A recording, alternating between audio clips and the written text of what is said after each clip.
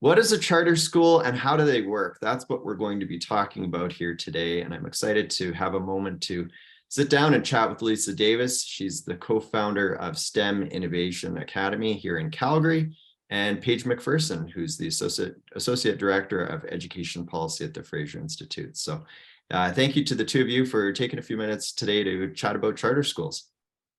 Great to be here. Thank you. So Paige, I'm going to start with you. Could you just give us the broad strokes? What is a charter school? How does it work? Are there any in Canada? How does it work?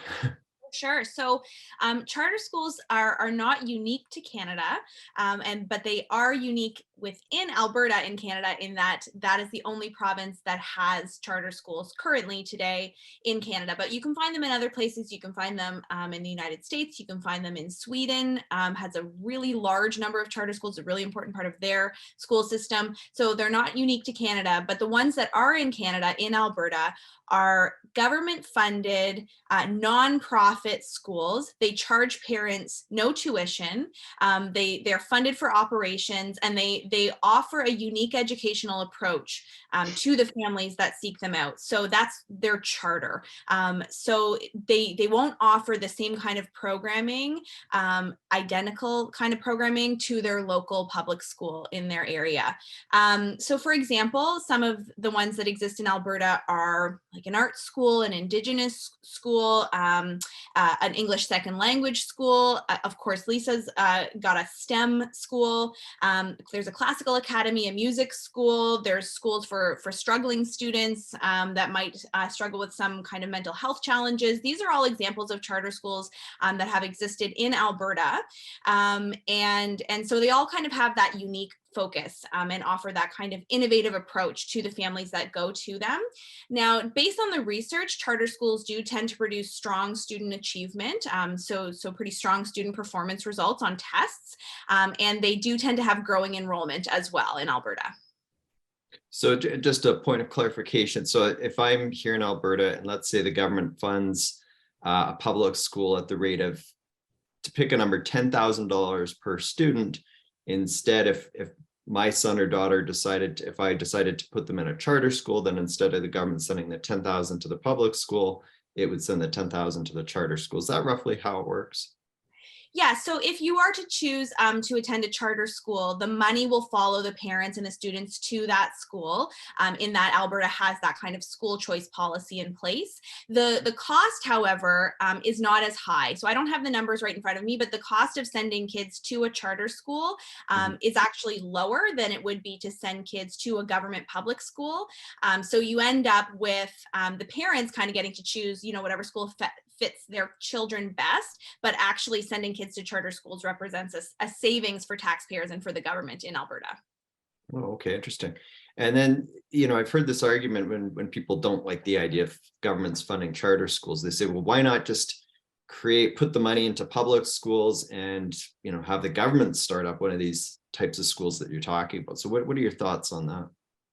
So one of the big benefits to having charter schools as part of the kind of diverse mosaic of schools that Alberta has within its system is really the innovation that you get. I mean, that's really the purpose of a charter school existing, is that it exists for some reason that is innovative, that the local community of parents, of teachers, of community members, sometimes students, get involved to create something that wasn't offered in their local government public school that they want to see offered as a school choice for them. So charter schools do tend to be more connected deeply to the community, because often it is those parent groups and teacher groups that are necessary in actually starting up that school, but then offering just an innovative approach. So, if you were to say, okay, well, let's just open up a new government public school, you're not going to, that's just more of the same, right? It's kind of more of that one size fits all system. That's not to say that there are not some choice programs that exist within government public schools in Alberta, because there is that, but they tend to be smaller programs. Like a performing arts program, for example, might exist in a government public high school, let's say in Alberta. But it's a smaller program. It doesn't offer the same kind of really innovative throughout the whole school's purpose kind of programming that a charter school would offer, being dedicated to that specific cause. So I would just say that, you know, the entire reason for the charter school to exist is to be innovative. So if we want to have more innovation within our system, and we want it to be kind of more directly responsive to the needs of students and of parents and of local communities, charter schools offer a better avenue for that than having just the option of government public schools. Right, and I guess certainly if there is a demand for that type of education service, then governments would have answered it. But that's, I guess, why we see charter schools popping up. Lisa, I want to ask you, could you just tell us a little bit about the school that you co-founded? Yeah, so STEM Innovation Academy is a public charter school here in Calgary, and we offer an innovative educational program with a particular focus on hands-on learning in the science, technology, engineering, and math disciplines. And our students here, our goal is that they obtain a wide variety of background knowledge in key STEM topics and technology topics to help prepare them for a life where we have the future is really being defined by innovation. And in fact, I would say the future of Alberta is going to be defined by its ability to innovate, you know, in the future, in the same way that we've relied on our energy industry in the past. We need to rely on innovation in the future. So if I'm a parent and I'm looking at putting my son or daughter in a, let's say, junior high or high school, in the public system, or I look at one of the schools that you're operating, does it mean that there's more classes during that regular school schedule that are focused around STEM? Is that kind of one of the key differences?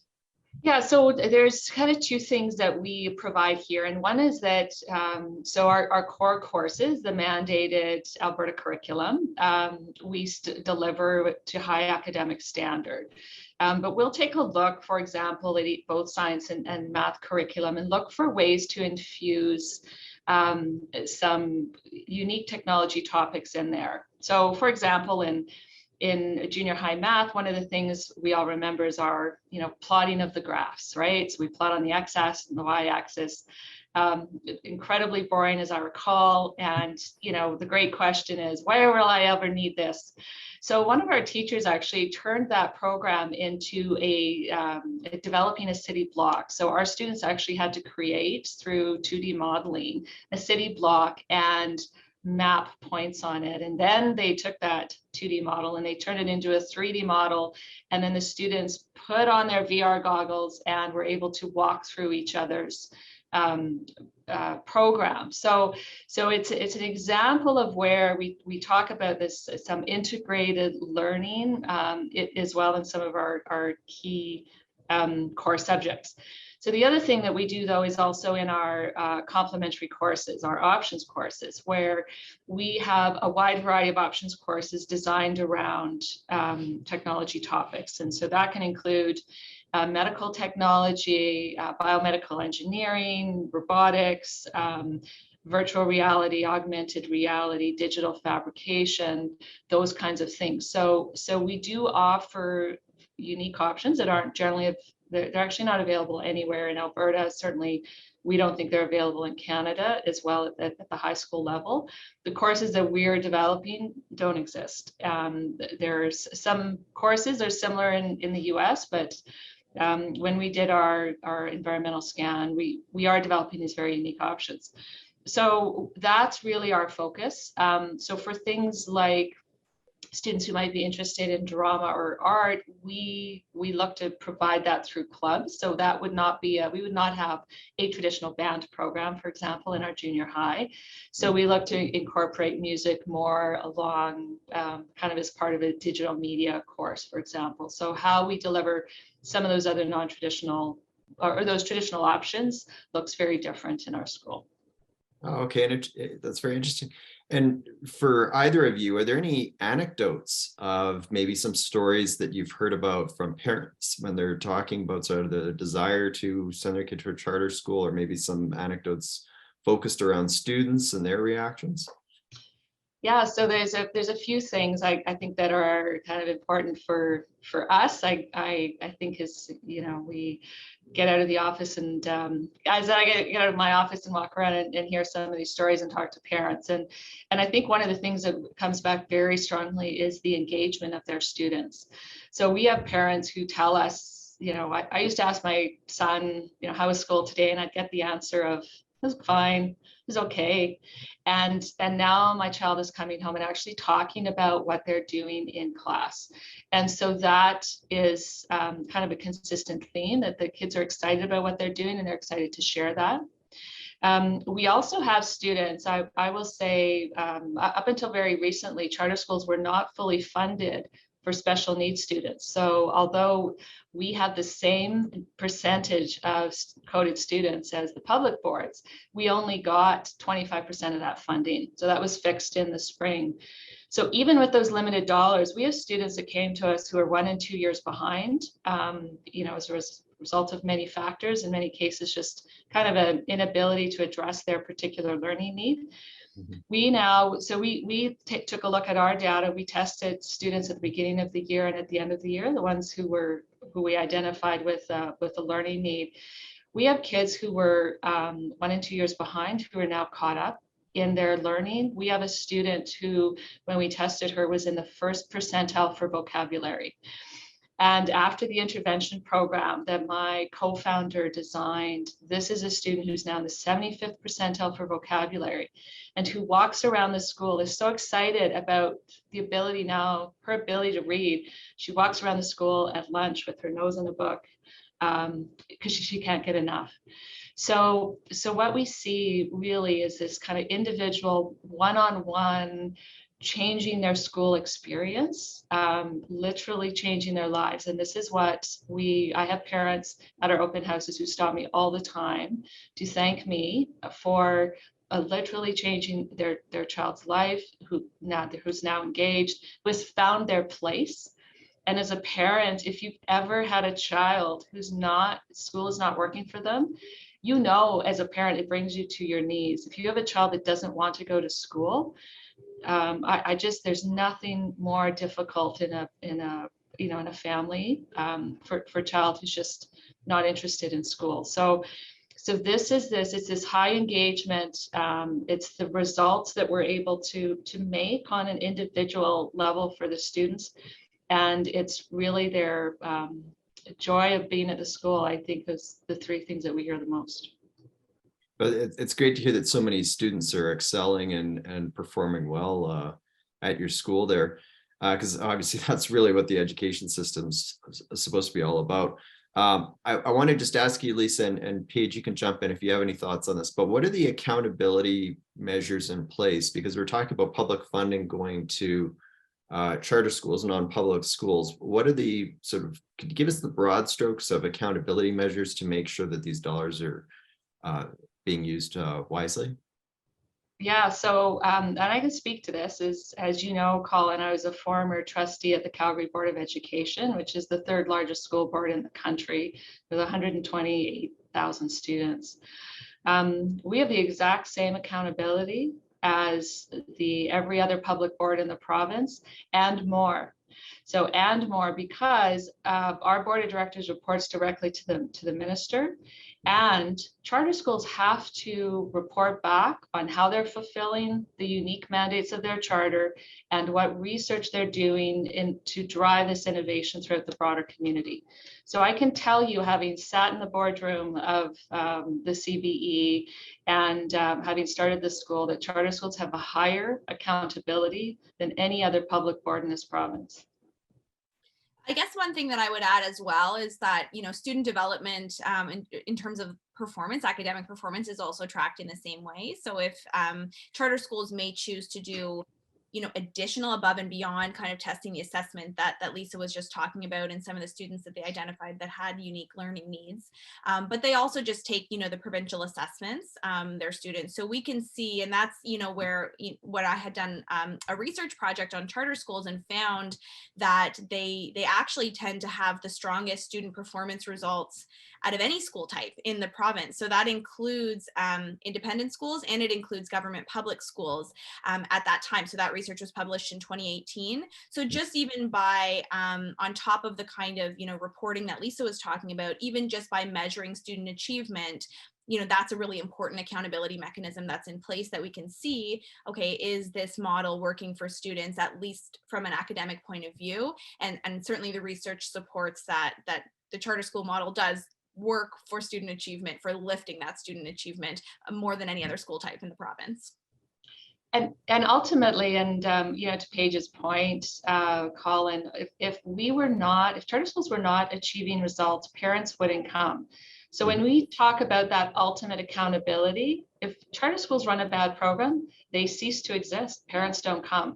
And the same cannot be said of the other public systems where, you must attend your designated school. It really, there is no consequence for that school if their results aren't strong, if parents don't have the choice. And I think that choice, ultimately, that parental choice means that the system now becomes responsive to parents and students, and not to systems and bureaucracies. And it's a very different language that exists amongst charter schools. It really hit me very strongly as I started to work in the charter school network. They talk about students and parents, and the big boards talk about systems and processes. And the results, as Paige says, really speak for themselves. If I can just add as well, one other, you asked about the anecdotal experiences of people, stories that we've heard. Where I do have more, background on the research side of things, one thing that I have heard from multiple parents is actually not even on the academic side of things, but that the school that they have chosen, if they've moved from a government public school to a charter school, is sometimes just a better cultural fit. And sometimes it's issues, even something like bullying. Bullying is actually a significant reason why many families choose to switch schools from their local government public school to, even if it's another government public school or a charter school or an independent school, issues like that, where if you're moving a student into a school where, whatever the specific focus of that school kind of fires their desire for learning. So if it's STEM, or if it's performing arts, or whatever it might be, or if it's a better cultural fit, like I said, the Indigenous cultural school, or there's like a rural stewardship school in Alberta, if it gives them a reason to go to school and get excited about education, that's great. But it also might be that that student is finding a safer home for them and a better fit for them on issues like bullying, or the more sort of cultural, social issues. So it's not even just the academic achievement as to why somebody might choose to send their child to a charter school. It might be another social issue like that. And as Lisa said, if parents didn't want to send their children there, then they wouldn't. They would just pull them out and choose something different. But that's kind of the beauty of having a system where parents and families do have choices for academic or social reasons. We don't know why a school might be the best fit for a child, but obviously families are the ones who can make that choice best. Yeah. Oh, sorry, go ahead, Lisa. Well, I was just going to say, Colin, is why, like, there's 10,000 charter school students in Alberta, but their waiting list, we did the numbers, are over 22,000 students. And so we would have a lot more charter schools if we had more access to real estate. So that's been the big constraint. And I think when you have that kind of demand, that in itself should be driving innovation in the big boards. But I would say it generally hasn't. Yeah, and it does strike me that, to Paige's point about how charter schools have been more effective and that students learn at a higher rate, that they receive opposition from people. Because if the system is really about the student and making sure that they learn well and do well in school, then why are we not seeing the public system looking more at how charter schools are able to deliver essentially better results? And we actually did a poll a couple of years ago, and Paige would know this because she helped us release it publicly in a policy brief. But 32% of Canadians felt that over the past 2 decades that the public school system has gone down the wrong track.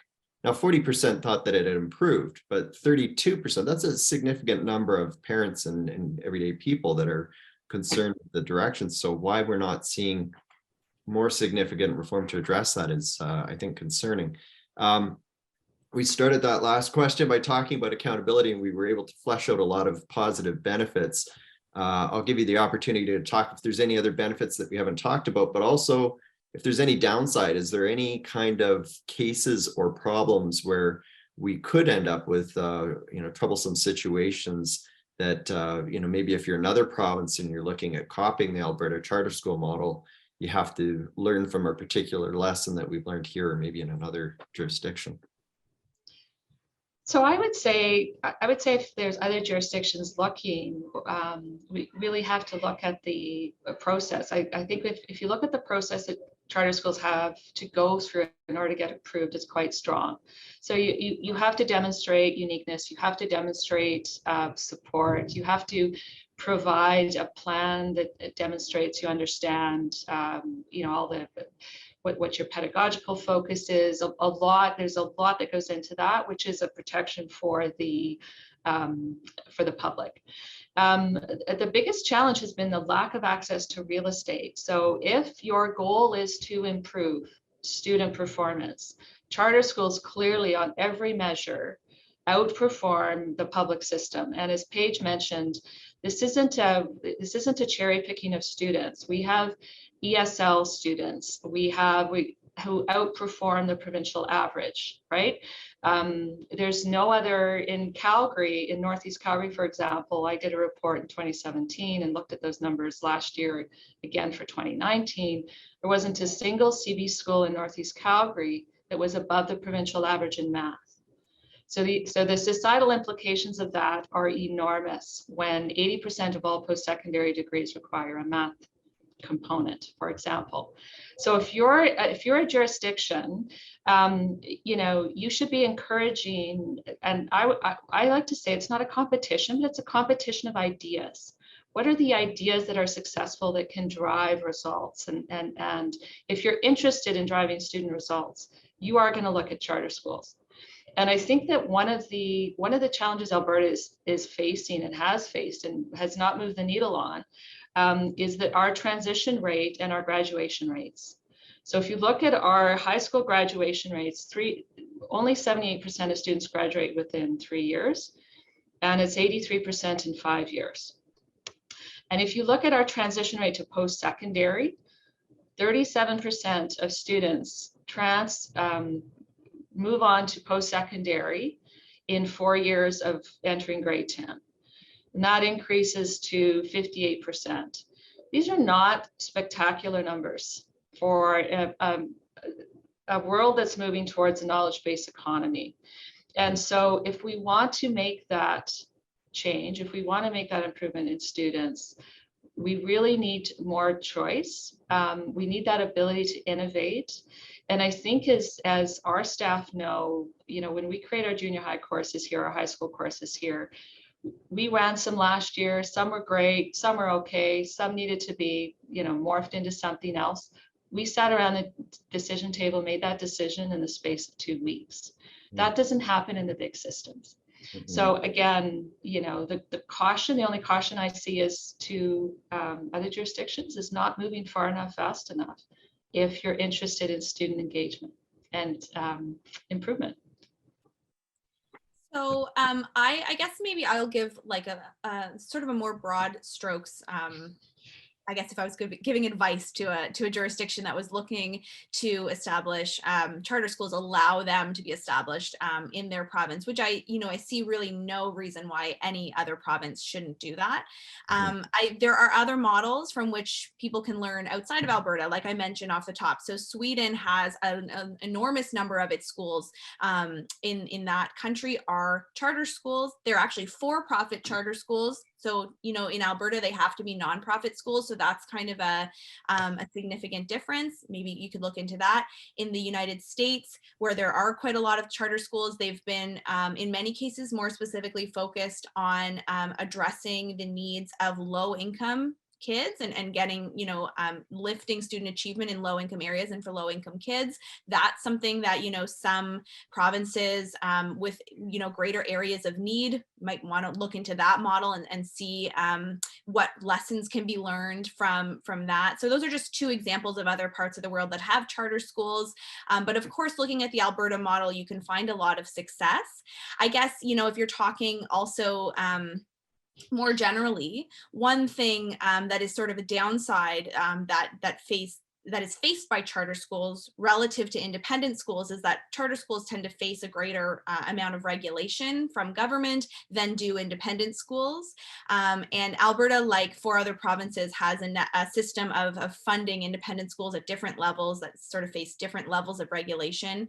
But I guess one sort of philosophical policy question you might ask is, okay, you can fund charter schools, but would you be better off just making independent schools more accessible to more families so that children can afford to attend independent schools as opposed to charter schools? I personally don't see them as being mutually exclusive. I think that Alberta is a great example of how you can have all these different school options available to families.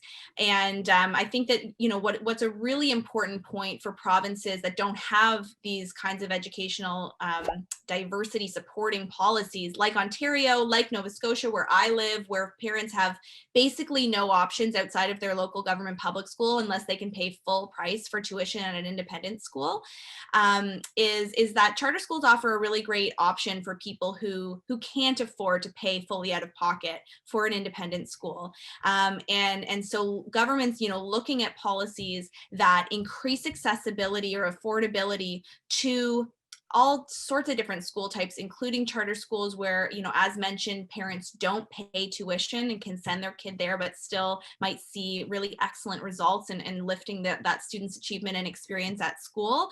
That's a really positive thing. So I guess, I would just say, if you're going to be crafting a policy around this, there are so many different experiences from which you can learn, but certainly I think other provinces can find success in a charter school model as Alberta has.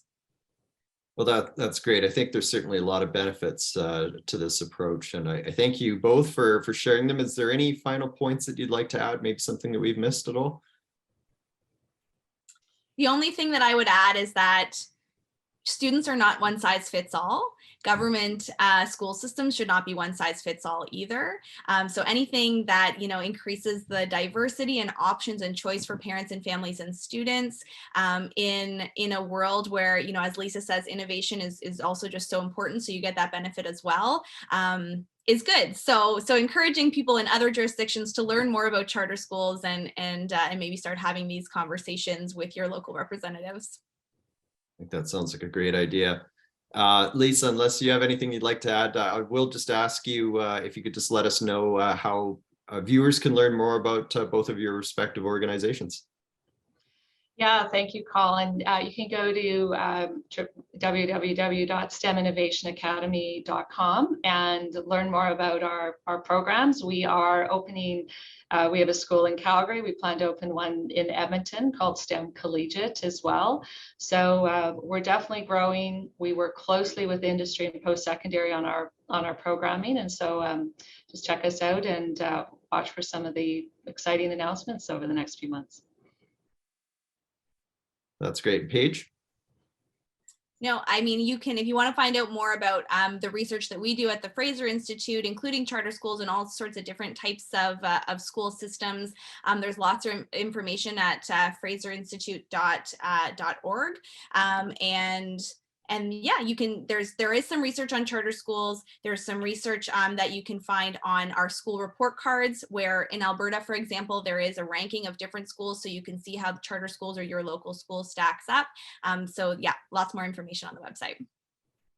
Well, that's great. And listen, thanks again so much for your time, and appreciate it. Thank you.